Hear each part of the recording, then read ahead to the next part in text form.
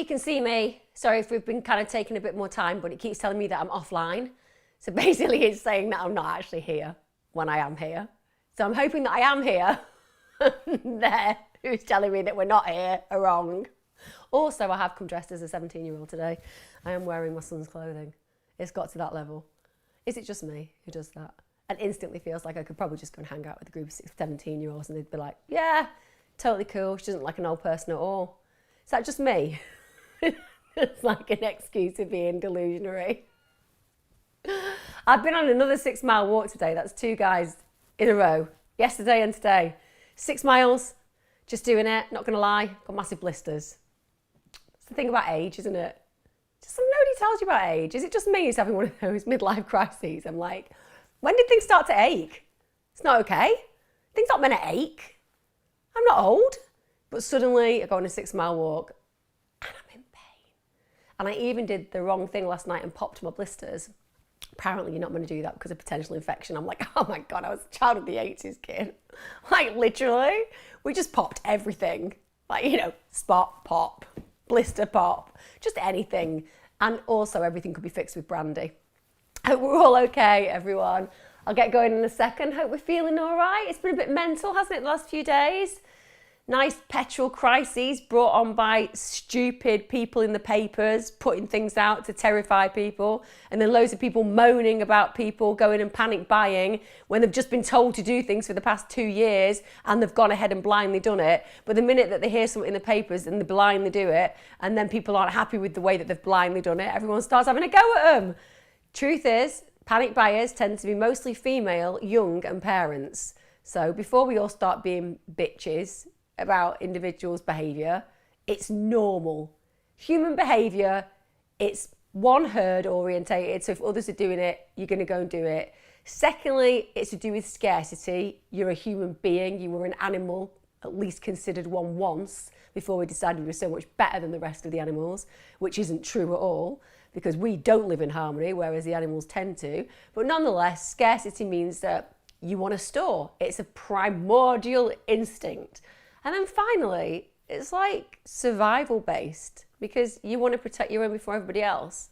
Jesus, people need to be nicer to each other. It's not convenient when people take all the petrol, I get it, but it's also not the end of the world. Although apparently it may be. Is it just me who thinks that having Amazon deliveries whenever you want and ASOS has led to an issue with patience? Just me? As Thomas Aquinas said, the gift of patience is patience.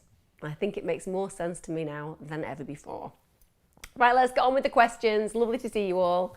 Like I said, look at me in my Nike. My son will probably be upstairs wondering where this has gone, but he won't know, because do they venture downstairs these days, children, unless they're being fed? I think not. Hi Emma, my son is 9 and he's feeling really lost and lonely at the moment. He's just started year 5 and classes have changed, so his best friend throughout school is now in another class, which is impacting on him. He always struggles with change, but this time he's so sad with it and I'm not sure how to manage. He hates school now. He goes to an anxiety group at school once a week since last year. I suffer from anxiety and I see myself in him so much, and I want to prevent him from being like me. But I don't know if I'm also reading more into it because of me. Thank you so much. So first off, I think it's really good that you connect the fact that as an individual who suffers with anxiety, the most important thing for you is to prevent your child feeling similarly. And it's really problematic that as parents, our happiness is inextricably linked to our children's. And I think that's forever. It's just the way it is. So you want to prevent pain for your child. Of course you do. That's because you're a great mum. But unfortunately, life doesn't work that way, and our children are going to experience pain, and they're going to experience struggles, and they're going to experience grief, and they're going to experience things that we would never choose for them to experience, such as alienation of peers because of moving of classes, or because of bullying, or because of all the other things that can happen. You can't protect them from that. What you have to do instead is come from an equipping perspective. You're doing that on one level. You've got them in an anxiety group. so that he's got a place to go, which is a safe space to discuss those feelings. That's brilliant. To have that at primary school is awesome. Well done you. You didn't have that, I bet. Therefore, you immediately cannot measure your experience in the same context as his. Your experience, the being anxious parent who was an anxious child, has formulated an understanding of how paramount it is to get your children or child involved in some support because you didn't get it. So you've already countered the balance a little bit there by ensuring that he has a supportive framework. So that's great. You can therefore not compare your experience to his because it's likely you didn't get that kind of care when you were at school. Secondly, how can you equip him to deal with this situation and circumstance? Well, I suppose there's two ways of going around it. There's the first way, which is you can just say, look, I'm going to have a conversation with the school. He's only in year 5. I don't want him to be away from his best friend for a period of time. I want to speak to the school to look at negotiating a possibility that he can move classes so that he can be with his best friend. That's one. Life doesn't replicate that very often though. It's not that we get the way that we want all the time. So if you're not going to be able to do that, the second way is to just think about how you can build confidence with him. Most importantly, he's going to know exactly how to make you aware of how sad he is. You're his go-to, you're his safe place, you're the space that he can talk about his feelings to, and he knows that you want to make him feel happier. Therefore, he's going to invest the opportunity to let you know how awful it is and how sad he feels, because you're mummy. You saw everything. Like kids in year 5 are still dealing with Father Christmas, the Tooth Fairy, feeling that everything is possible because mummy makes it so. So of course he's going to be very clearly demonstrating that he's struggling because he's used to you picking him up, dusting him off and making it okay. And it lasts for a period of time, that stuff, but then it becomes a problem because they get to high school and the world ruins them in that respect because everything gets really serious, right? So you actually, by allowing him to navigate this pain, even though it is really hard for him, also are starting to build the resilience it is going to require for secondary school. And I guess the other side of it is, okay, if you can't change and challenge the way that the school system works, and I'll be honest with you, if I had my time again, my second son would not go to high school. I'd have had him educated at home. It just wasn't the right space for him. So I appreciate there are different ways and rhythms of educating. But let's put it into the context that he is going to go to a normal high school and he's got this amazing best friend and he just feels quite absorbed in that relationship to a detriment of other relationships because he's got his place that he goes to school. Well, making sure that he starts to build new relationships is going to be helpful because that's a tool that he'll require. But also, and this is the most important bit, how can you start creating some really brilliant spaces for him and his best friend, who he isn't seeing at school anymore, to kind of navigate that relationship external to the school environment? Maybe it's every Saturday they get to go to the cinema together with one of you or the other parent at the same time, whichever way you want to work it. Maybe it's that you just start a treat every fortnight for them, take them out for something to eat. Make it so that you build this excitement of adventure into the situation with your child. Then on top of that, what can you do at home? I guess things like mindful practice, lots of meditation, doing exercise, making sure that he feels that he's got that relaxation occurring will also help you do it in tandem with him. I think anything that brings the adrenaline and cortisol levels down in the brain is going to be really helpful. And remember, you can't change the way that a child is born temperament-wise. They're going to have a sensitive or a very confident temperament to some degree, but you can manipulate it. You're at a point where you're going to help manipulate it, and part of that is doing the anxiety classes, part of it's asking questions here, and part of it's creating bubbles and space so that those friendships that he's fostered that are kind of not as available at the moment can still take form and shape so that he feels that they're still connected. Because it's a big deal when you lose a friend at school. It's the same when my best friend moved in junior 4. It's back in the day where we had junior 4 as opposed to key stage whatever in year 5 and 6, but junior 4 was year 6. And I can still remember Louise Rogers leaving and being properly devastated. And just a few years earlier than that, my best friend who lived down the road from me, Colette, she left. And I was like grief-stricken, completely. Grief-stricken. I still haven't been able to locate Louise Rogers. I have found Colette again. She lives in Brooklyn in New York, and her life sounds dramatically more exciting than mine. But never mind.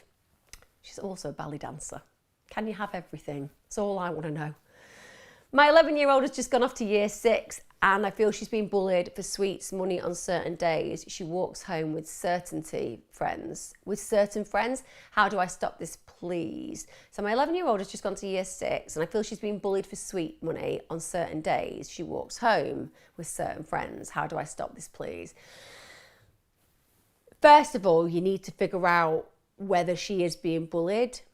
You suspect that she is being bullied, but it may be that she's being manipulated, and they are separate, because bullying is usually more threats and abuse and force, where manipulation is what very clever canny kids do to get what they want without actually being seen as guilty parties. That is a very common feature in more sophisticated thinking children, so maybe a year older or 2 years older.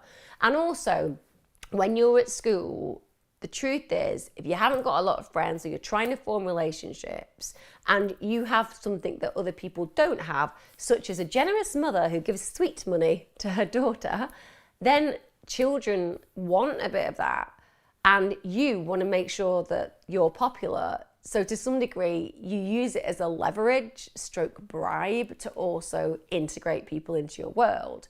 Now, you're right in the fact that if your child is giving away money to these people because she either feels that she has to or she won't be liked, or she feels she needs to because she feels that she wants to kind of fit in a way where they get a bit of what she has because they don't have the generosity of a parent that you are, then either way, you kind of need to bring it back to the point where she needs to understand that you can't buy friendships, or if she's being coerced or forced into giving them away, that it's wrong to do that. But you need to help her analyse that, because she hasn't got that sophisticated thinking at the moment. Kids get groomed at this age, and getting somebody to give you sweet money for friendship is kind of that level. It's kind of a small kind of grooming. So help her to understand and analyse that. But you need to find out first how she's feeling about it and whether she's happy about it and whether she actually feels the distress that you're placing on that belief system. Because it may just be that she's quite happy in that scenario, and what you need to educate her about is that mum does not pay for her friends to have sweets. Like, that's a discussion that needs to be had, and that those sweets and that sweet money is specifically for her and directed towards her. And you can even just say, you need to tell those individuals that that money is yours and I'm not letting you spend it on anybody else. Because we all remember those kids at school who were just really happy to ask for stuff. And then we always remember things like what I was like, which is like I would never even ask somebody for a sweet because I was like, you just don't do that. But there were always kids who were like, can I have? And it was just the way that certain people are. So help her to kind of build those skills. But first of all, make sure you're actually dealing with the issue that she's facing and not the issue that you're fearing. That would be something that's really important. Do you know how to cope? So do you know about CPTSD and how to cope with the symptoms? So complex PTSD, or post-traumatic stress disorder. So just to say, when people think about PTSD and CPTSD, I think that people get confused because it's almost like, why are these two distinct classifications? Obviously both PTSD, but one has this extra C which kind of separates it. Probably the best way to describe it is, if I was in a serious car crash today and then 6 months down the line, 12 months down the line, I started having like traumatic responses, maybe panic attacks, maybe flashbacks, bad nightmares, I would be able to be diagnosed potentially with post-traumatic stress disorder from that incident. However, with complex PTSD, the reason it's complicated is because the moment of origin isn't quite as clear, because it might have been systematic abuse, for example, where you're consistently being abused. Therefore, the PTSD is complex because it's not one event, it's many, many, many events. And that creates more of a complexity around what's happening to you and how you then navigate that. Because I guess when you think about EMDR therapy or schema therapy or therapy that kind of works with CPTSD and PTSD, with PTSD, you have an event, and particularly with things like EMDR, that event can be de-traumatized and neutralized by certain therapy. Whereas with CPTSD, There are lots of events and lots of separate areas of analysis, which makes that more challenging to deal with in therapy and to deal with definitely as an individual suffering and struggling with it. And what are the symptoms? Well, the symptoms are like PTSD with respect. They are anything from not being able to go to sleep, dealing with horrific sleep paralysis or sleep, terrors, night terrors, dealing with issues around anxiety, depression, dealing with issues where you're highly triggered. It might be that you're walking down the street and you hear a bang and then suddenly you're kind of feeling like you're having a flashback. Obviously, the whole of the anxiety scale, when it comes down to the negative feelings physically and emotionally, they're very clearly part of that cycle. But I think with CPTSD, the reason it's called complex is because it's more complex to navigate. But that doesn't mean that you can't navigate it. And it doesn't mean that people don't successfully navigate it. It comes down to finding very often a really excellent practitioner that you can feel completely safe with, because you may be analysing a much bigger picture than you might have if it had just been a one-off event. That isn't to undermine or take away anything from people who've been in these horrible situations where their life's been threatened, or where they've had a terrible car crash, or where they've been in a war-torn area and a bomb's gone off. It doesn't underestimate or minimise that. I'm just saying that understandably, the more threads, the more layers, the more analysis. And honestly, if you've got PTSD and you've been told that's the case, there should be a support package put in place for you, because it's really hard to deal with. Hi Emma, I spoke to you on Big. Hello. That's a mental health charity that I work with, so I do group sessions. I spoke to you on Big. I'm beginning to actually think I live with a sociopath. He never showed any remorse or apologised for being physically abusive. I'm worried how far he will go to hurt me.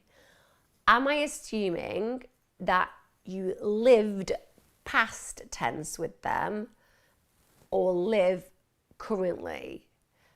You said he doesn't show any remorse or apologise for being physically abusive, but you're worried about how far he'll go to hurt you.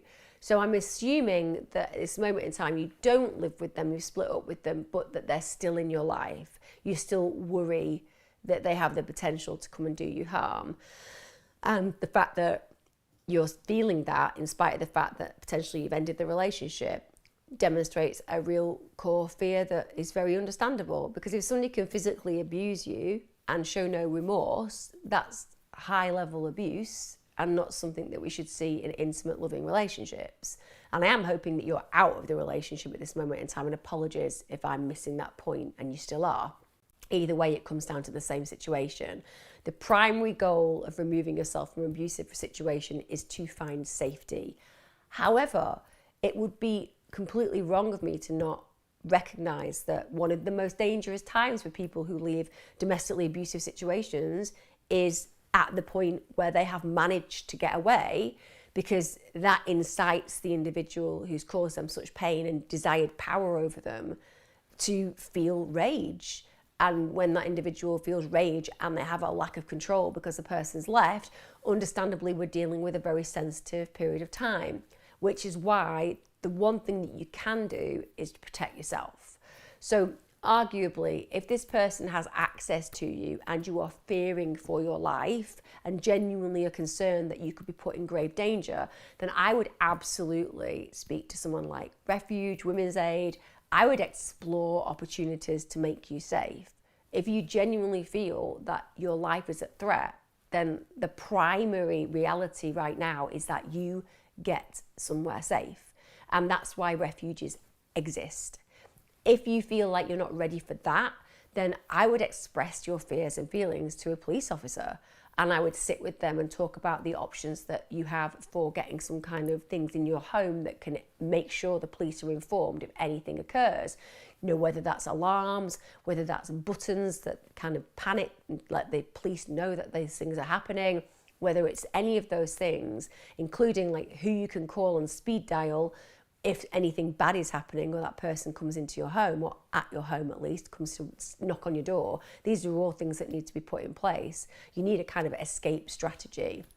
But is he a narcissist? I don't know whether he's a narcissist. I can't classify him by any means. But what I would say is, if somebody can abuse a partner by force and show little remorse and not take responsibility for their actions, that's deeply disturbing, because it's about as far away from what we would expect a partner to be like. It undermines anything regarding trust. And the very thing that we would expect if somebody's being abusive is that when they come to their senses, there is at least some kind of reflection and recognition that what they did was wrong. So it is deeply worrying and disturbing that this person doesn't show any remorse. And I think that if you've got that kind of sense around them and you've suffered already, then you do need to explore those kind of options that make you feel safer. Because honestly, you can't see the world through your eyes. You have to do what you're seeing and saying, which is you have to see it through their potential. And if you think their potential is that they could kill you, you operate from that place. You don't operate from the place of hope. You operate from the place of potential reality. That's really important. Emma, I don't know if you actually read this. I do. I'm doing it now. I really need advice. Long story short, my ex is up on Friday for assaulting his new family circle. He went to prison about 10 years ago for beating me up. He may get away with it, and I want to speak up. Should I just turn a blind eye in court? Love your YouTube channel, by the way. Watch it religiously. I very much appreciate that you watch it religiously. Thank you. So, I think you have to ask yourself, how will you feel about this? So you're asking the question, should I turn a blind eye in court? And yet you're asking me, should I speak up because I want to speak up? I personally think that you have to think of a few things. So first of all, do you feel safe in your life right now? Do you feel that you have the right support network around you? Do you feel that you are protected? Do you feel that if you go ahead and speak your truth in court, that firstly, you are going to be safe, excuse me, and secondly, that you have a support structure that can deal with any trauma that exists after telling the court that those information, because that's a big deal. If you can do that, if you have got that, then absolutely, it would be amazing to be able to support this family, because to some degree, you're actually protecting yourself in the past, aren't you? You're actually doing something where you're speaking out about the reality of what you went through. And that's a powerful thing to do, to be able to stand in court and validate the fact that these people are telling the truth and that you too have been in that situation. That's something that's going to be powerful. Having said that, you need to check out that that is what would happen with respect, because have you been asked to speak in court? If you have, brilliant, and you're ready to do it, great. If not, I don't know how that works. Excuse me. I'm kind of yawning now. That's what a 6 mile walk does. Yawning, coughing, choking. I've got a dog over there just wandering around aimlessly like a Alzheimer's dog. I'm not even joking. She's at that stage, but she's making so much noise and distracting me. I'm blaming her. Projection. I'm going to ask Pete to go and get me some water. Can you get me some water before I choke to death? So yeah, I think it's awesome that you want to do it though. I'm not going to deny it for 1 minute. If you have the strength of character and the strength of reason to do that, it's amazing. But as long as you're doing it and you do have those resources, there's nothing wrong with not doing it either. You know, this isn't your battle. This is their battle. But I do think in communities, when we kind of stand by each other and when we represent each other in a way where we're authentic and honest and open about another person's behaviour, then it can make a massive difference to future actions, because I guess he'll get sent to prison if that is the case, or at least we'll have some kind of licence put on him or restrictions put on him. So you will be making a difference. Thank you. Watch an arm come in. It's really weird. The last week they did the same, didn't it? Started coughing halfway through. Yeah, you did. Got a microphone now. Say that again. Got a microphone. Oh God, he's involving himself in the session now. What you're talking about narcissism minutes ago. There you go. Cheeky. Oh, that honestly, creepy cheeky noise for people. That's Pete in the background, by the way. Apologies. Emma, some advice. So Emma needs some advice. I was attacked last week on the way home. I already had bad mental health and now I don't want to leave the house. I have panic attacks when I do leave. What do I do? First off, I'm really sorry that you got attacked, because there's no point pretending that you weren't the statistic in that moment. When it happens to you and then somebody says, oh, well, just get on with it, go out, face your fears. The problem is it's happened to you. But in spite of me saying that, you have to do this. You have to say to yourself, okay, that was a really shitty experience that I've just been through. I definitely didn't deserve it. It shouldn't have happened to me. Nobody deserves to be a victim, ever. That's it. You should be allowed to go where you want, when you want, doing what you want, and no one gets to touch you in any way, shape, or form. We don't live in a perfect society. There are moments where these things go wrong. For the most part, most of us have that experience. And the reason I'm saying that is when you start reframing this, you have to be able to say to yourself, look, this was deeply unlucky. And on top of that, I have gone out all these other times. I've probably walked the same way lots of times. And on every single other occasion, it's been okay. The reason for that is that then you can start going, okay, right, it's natural to feel nervous. It's natural to feel anxious. I've been through something traumatic. However, I'm not going to let that incident dictate my experience in life. I'm not going to give power fully to that situation so that it swamps and drowns any opportunity of freedom for me in the future. If we do that, everybody who's a bastard out there and treats us horribly gets to have control over our life.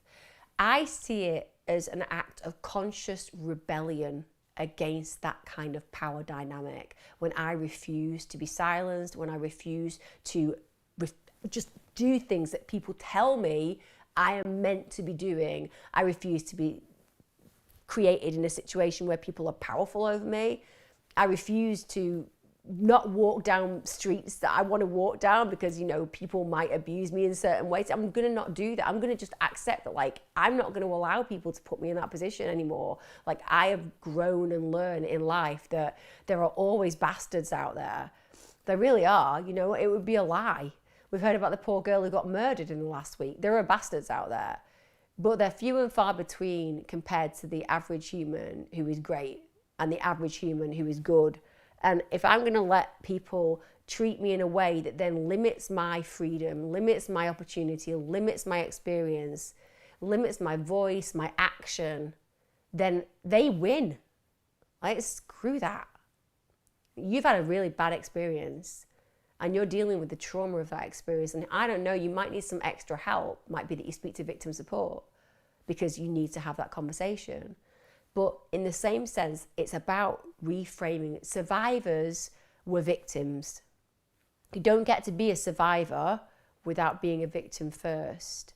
And it's not that people would choose to be a survivor because you don't want to have to go through anything that's really horrible, but you'd rather be a survivor than a victim, right? So when you've arrived at that position and you've been assaulted or been attacked, when I've worked with women who've been raped, men who've been badly sexually assaulted, and so on and so forth, my job is to help them see that there is nothing that we can do to change that.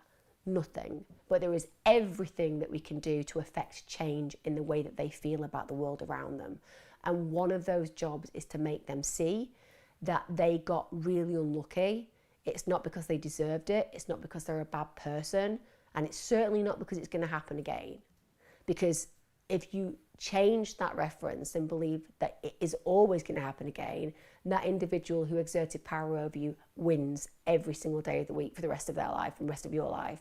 Whereas if instead you take the power back and you're like, no, I'm going to be strong, powerful, accepting that things are imperfect and things go wrong, but knowing that I'm going to take the lessons and move forward with them stronger for it, then actually you grow, even from the worst things in the world that happen. That is my experience of survivors. They grow, but you have to be a victim first. So you're at that point where you're still feeling like that victim, and rightfully so. Like I said, look at getting some professional support, but also look at kind of recognizing that no one has a right to steal your safety from you. No one. Take it back. Maybe carry a rape alarm with you. Maybe make sure that you take some self-defense classes. Do anything that inspires your confidence. Make sure that you meet your friends so that when you're walking home, you're not on your own. Do all those little things that make it a little bit less terrifying, but do things anyway. Go through the motions of living. Don't hold yourself up in your flat or your house. That is a way of becoming a prisoner. And it's not a prisoner that's required here. It's a person who's liberated and free from their experience and chains and shackles of being that victim. You need to get to that point. But like I said, there's a process involved and you might need some therapy there as well. Do you feel depression, anxiety? and other common types of mental health illness came with a huge stigma 20 years back. I do feel that suffering with even common mental illnesses back in 2000, I was met with nothing but ignorance and judgment. Is there still a stigma, or are people just pretending to accept mental health illness? That's a really good question. I definitely think 20 years has made a difference, without a doubt. I mean, I think that when I look at the 1980s and what was going on there, 1960s, you could get put in a mental health unit if you were gay or if you were pregnant and unmarried. So I think when we look at the way that we are evolving, we can kind of apply that 20-year demographic rule. You know, at the end of the day, the 60s were horrific for people for a whole set of circumstances. The 80s were still challenging in lots of ways. 2000s were getting better. You know, we've got lots of different acts that had come in to kind of protect, but still wasn't as good as it is today. But I still think there's a stigma with anything. Look, I think that unless people get to a point where they struggle with their mental health, and everyone will, pretty much, there'll be a few people who don't. There are some people who don't feel pain, so they won't feel emotional pain either. But for the most part, every single one of us is going to go through a mental health crisis. You know, it's just waiting for you. It's around the corner. Somebody's going to die that you adore, or you're going to lose a job and it's going to be terrible, or you're going to get into debt and it's going to be hard, or your kid's going to get sick. You know, there are all these things and they just throw us into mental health crises. So I think that until you've been there, you can't really adjust to the understanding of it. And then once you've been there, you can't imagine how you ever saw the world with such black and white beliefs. That's the kind of most important key, I think, for most humans and humanity. It's when you've experienced something that you thought others were just making up that you realise how discompassionate you were and how much growing you've got to do. I think what's good about 2020, 21, there's very few things that have been good about 2020 to 21. Very few things. However, I would say that we are still having a lot of conversations about mental health. And certainly with COVID, the only good thing is the fact that people are discussing how anxious and depressed they feel. And that's not good that loads of people, majority, are depressed and anxious. It's good that people are saying it and sharing it, because by doing that, it validates other people. It gives people permission to do the same. Social media and the general media, to some degree, as much as they cause a hell of a lot of problems, have also opened up and widened a discussion about mental health and mental illness.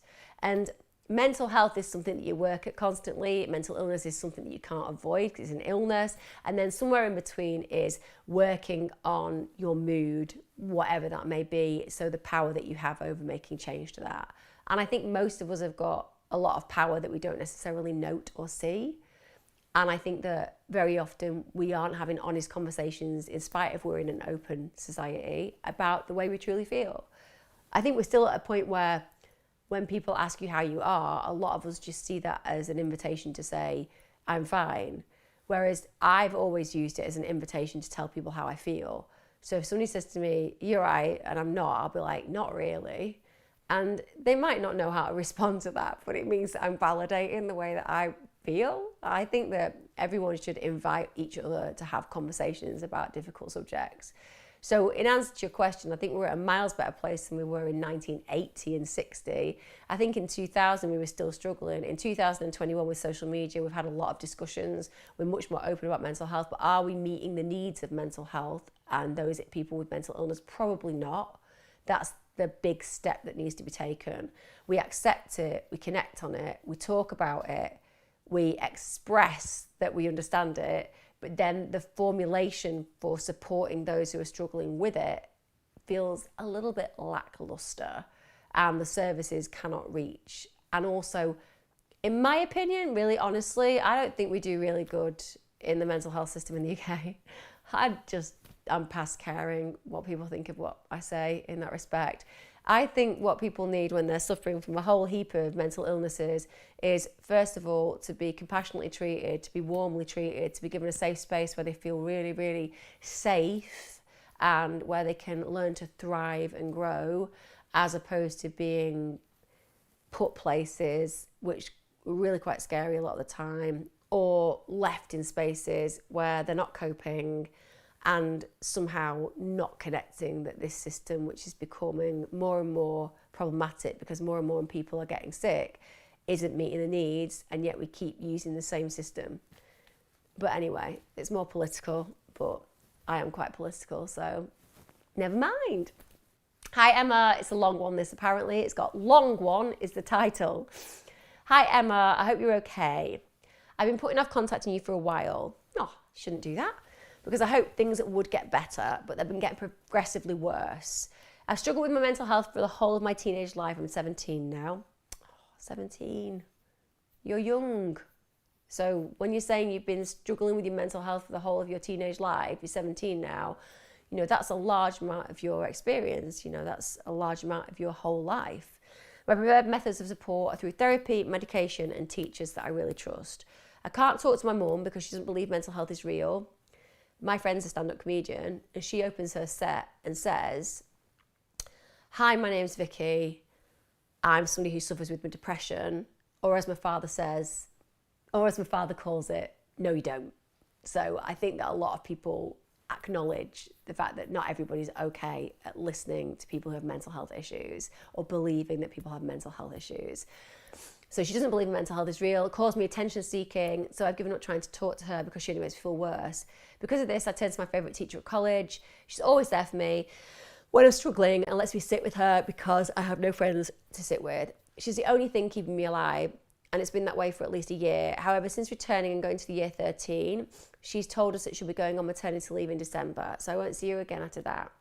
It's completely knocked me so for six because whilst I'm happy for her, I'm also worried about how I'm going to cope without her. I knew I'd have to say goodbye this year, but I thought it wouldn't be till next July, not this soon. I really hope we can stay in touch because I genuinely class her as a friend, but I'm scared she's going to say no. I don't know what to do because she's like my only lifeline. I'm scared for my mental health because it's already deteriorating rapidly since she told me, and with each day getting closer to December. I don't know how I'm going to let go. I don't know if I should be honest with her or not. I don't want her to feel guilty, and I don't know how she'd feel about staying in contact with a student. I don't think it's a bad thing once she's left, and I'll nearly be leaving because then I'll be an ex-pupil, and it won't be the same as the current pupil. She's a bit older than me, 30, but all my friends are that age anyway. I never seem to connect to people my own age, always older. Please, can I have some advice? I'd appreciate it so much.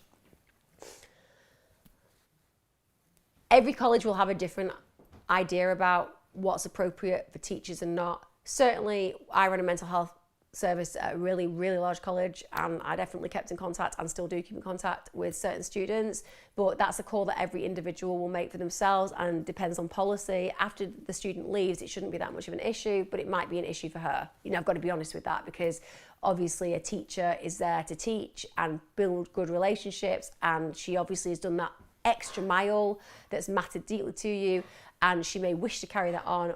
Equally, she's having a child. She may not have the same kind of time frames that she would have offered you before, and that could feel really disappointing for you. So you need to kind of be aware of that. There's a couple of things though that I'd say to you, right?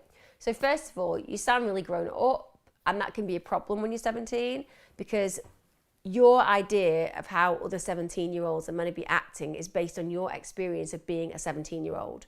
But if you have the wisdom and insight and understanding of somebody who really should be older to be at that level, when you're trying to connect with people who are the same age as you, you inevitably end up feeling lonely and isolated and a little bit lost because they don't connect with you on the same level that you connect with, as you said, your older friends or your teacher.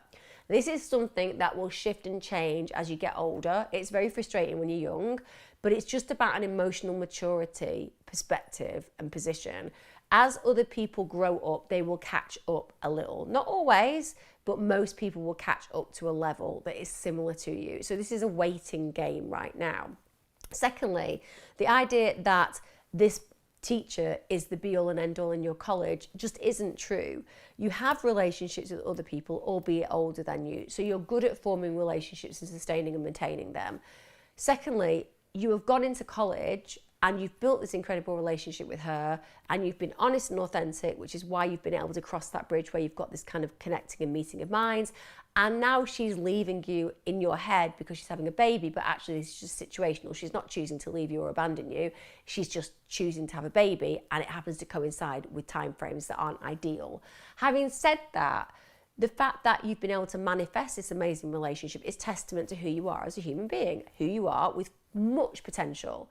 You're 17, you've had mental health issues for a fair whack of your life, but you're also incredibly eloquent, incredibly able to express yourself emotionally. You're very good at building relationships, albeit with people who are slightly older than you, and you appreciate and have gratitude for the things that certain people bring you, such as in this case, a valid position where you're valued and cared for in college by an individual who goes the extra mile. That's going to be tough to give up, but it's going to be one of many relationships that have great meaning and impact in your life that will come and go. And it's one of the hardest things when you're growing up, is the recognition that everything changes.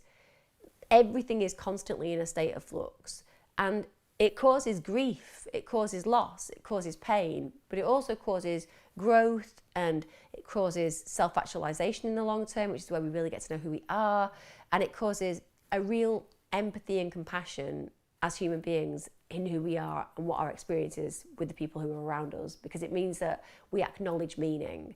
These are all big life lessons. You now have to say to yourself, okay, I can never give away my power to another human being fully, where my happiness is based on whether they are in my world, because happiness based on other people being in their world is like building foundations on sand.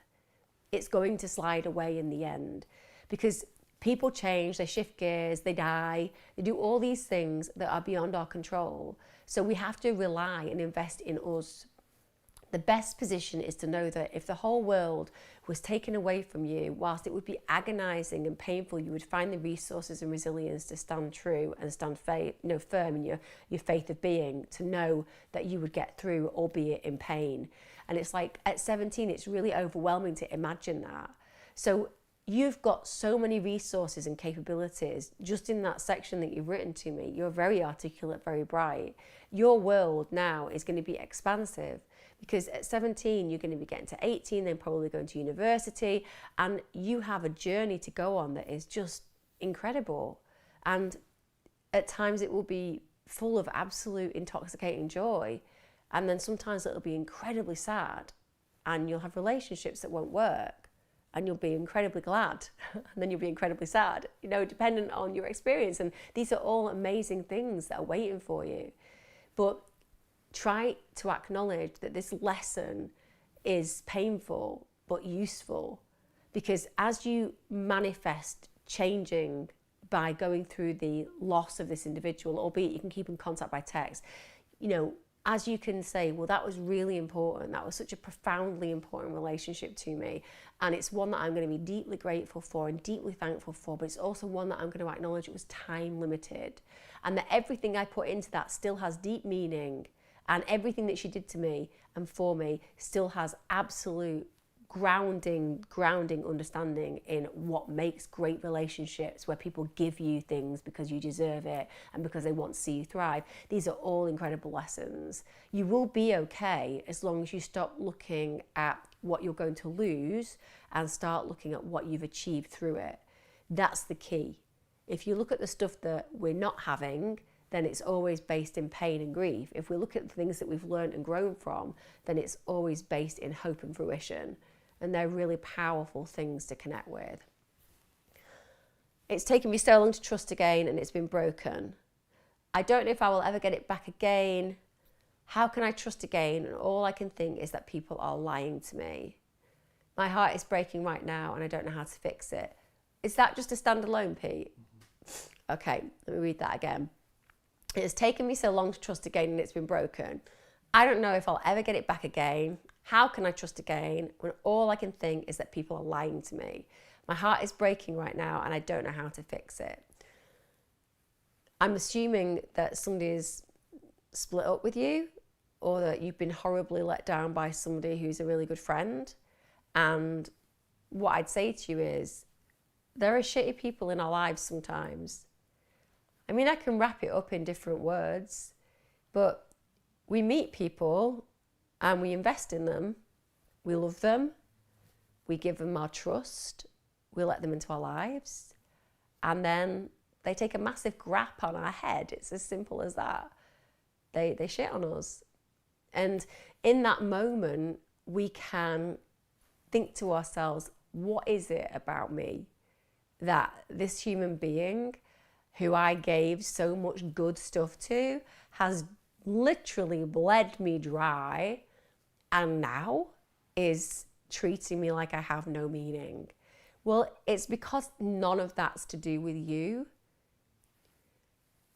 You cannot help from time to time, sometimes even in groups of time where you seem to meet 2 or 3 of these individuals, you get unlucky.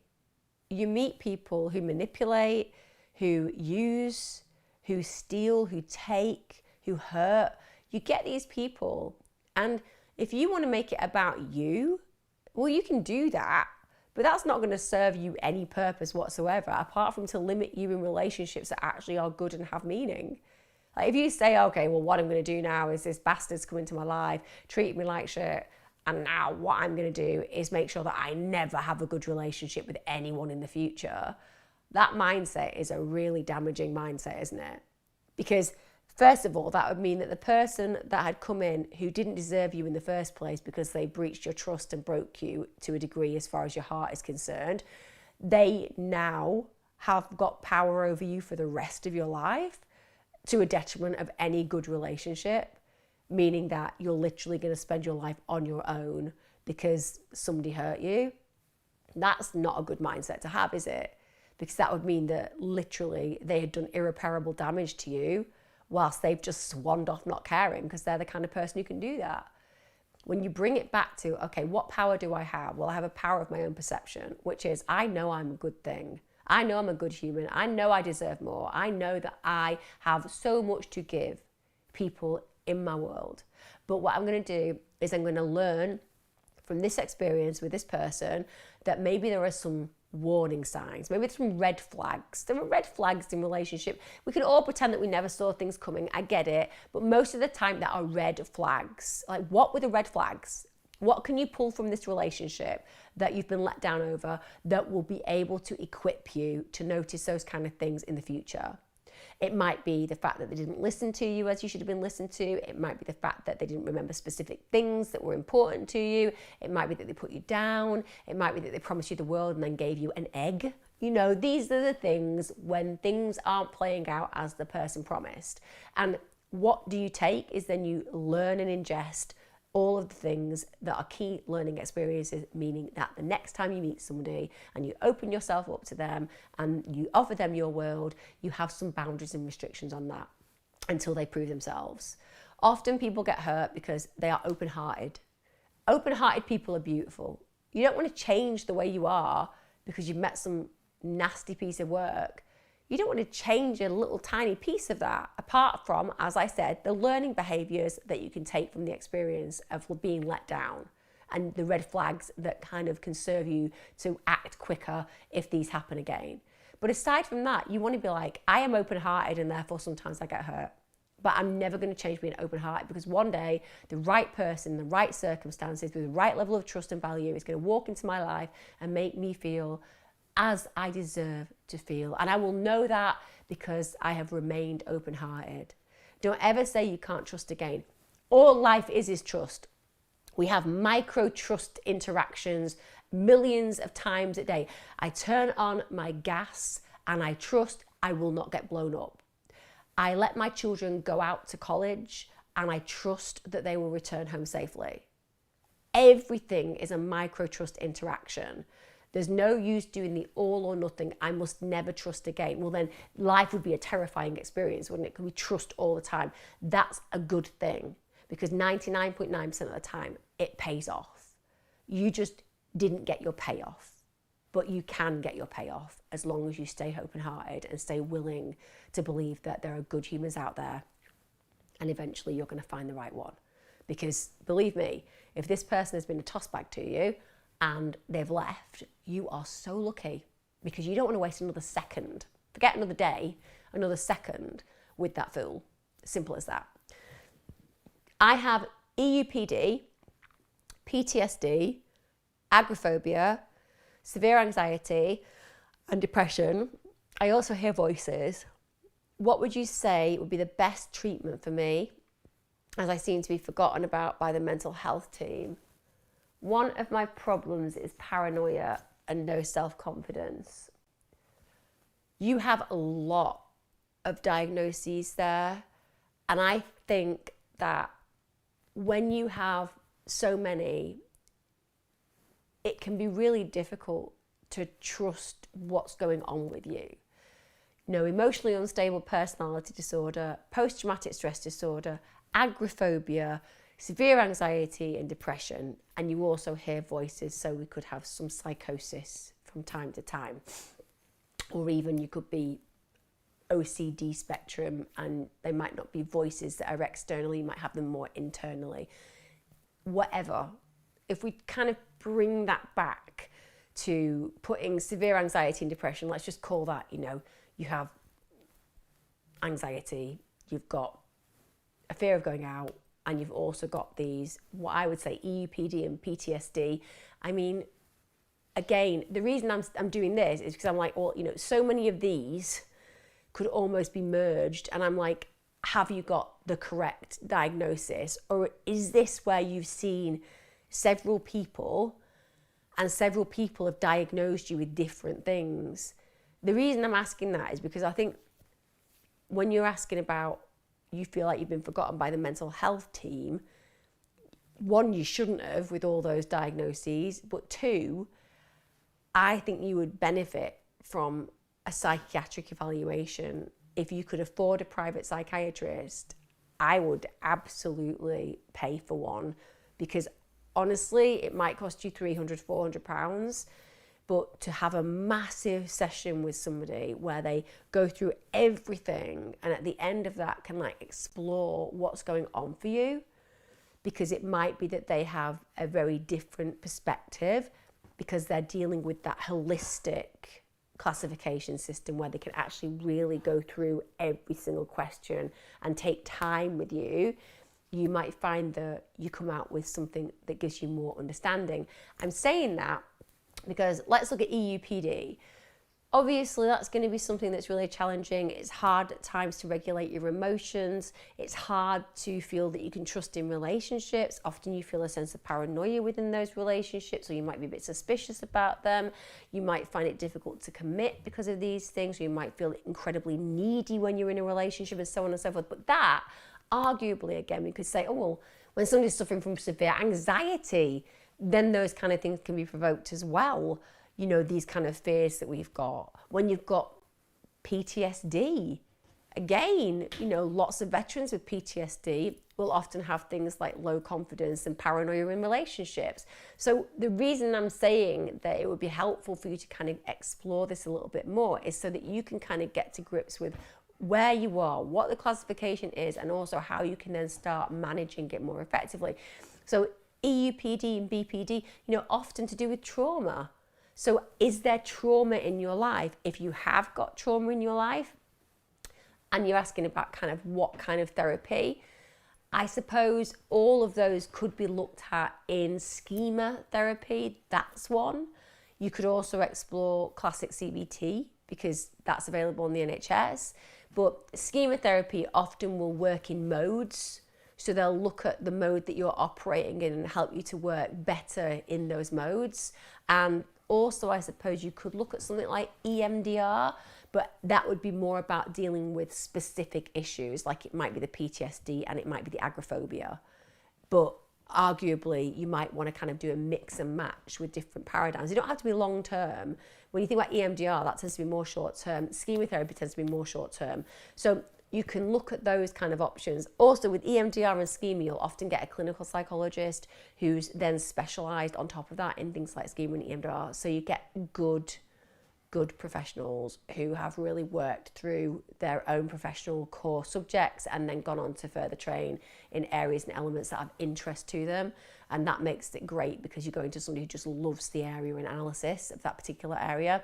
But on first glance at that, I would be inclined, if you can, and I know it's about money and things have been really hard, so it's not like people have got spare cash, but if you could invest in a proper psychiatric assessment with a private psychiatrist who is NHS registered, so they have to be somebody who's worked on the NHS, they have to have time every single week in the NHS, but they also do private practice. That's really helpful because that can be taken on by your GPs as well. I just feel like you need some kind of like real analysis there, real clarity to understand why you feel that way, and also how those classifications have come about, and whether somebody needs to take a new look at it just for your own peace of mind.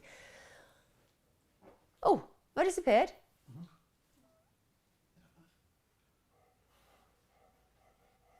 Still on. What?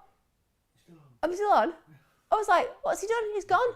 He's turned it off. I was like, I didn't get to say bye. Just see my little girl face. I was like, little girl like that. I was like, oh. Thought he'd taken that then. He's like that behind me. Yeah, I've caught it off. I was like, what? Anyway, right, that's the end of it, of course. Thank you. Look at it, he's got a little cheeky smile now. I'm like, I had a proper traumatic reaction. And I was like, what? So I've got a microphone now and that's it. It just thinks it's funny. I have got a microphone. Right, guys, I will see you next Monday. Thanks for sharing as ever. Remember, let's not give in to this horrible division that's happening at the moment. God. If that's the one thing I'm going to remember from 20 to 21, it's going to be the absolute division that's happened in the UK. It's just tragic. How on earth are we meant to live as a society of meaning and connection when we've got all this absolute vitriol being pumped on social media and in the airways and online? It's just so completely at polarity to what our world needs. So yeah, lesson for this week, just let's all try and be a bit kinder to each other, yeah? Even the people who sometimes don't really seem deserving of it. Maybe they're the ones who are more deserving of it than ever. Who knows? See you again. Bye.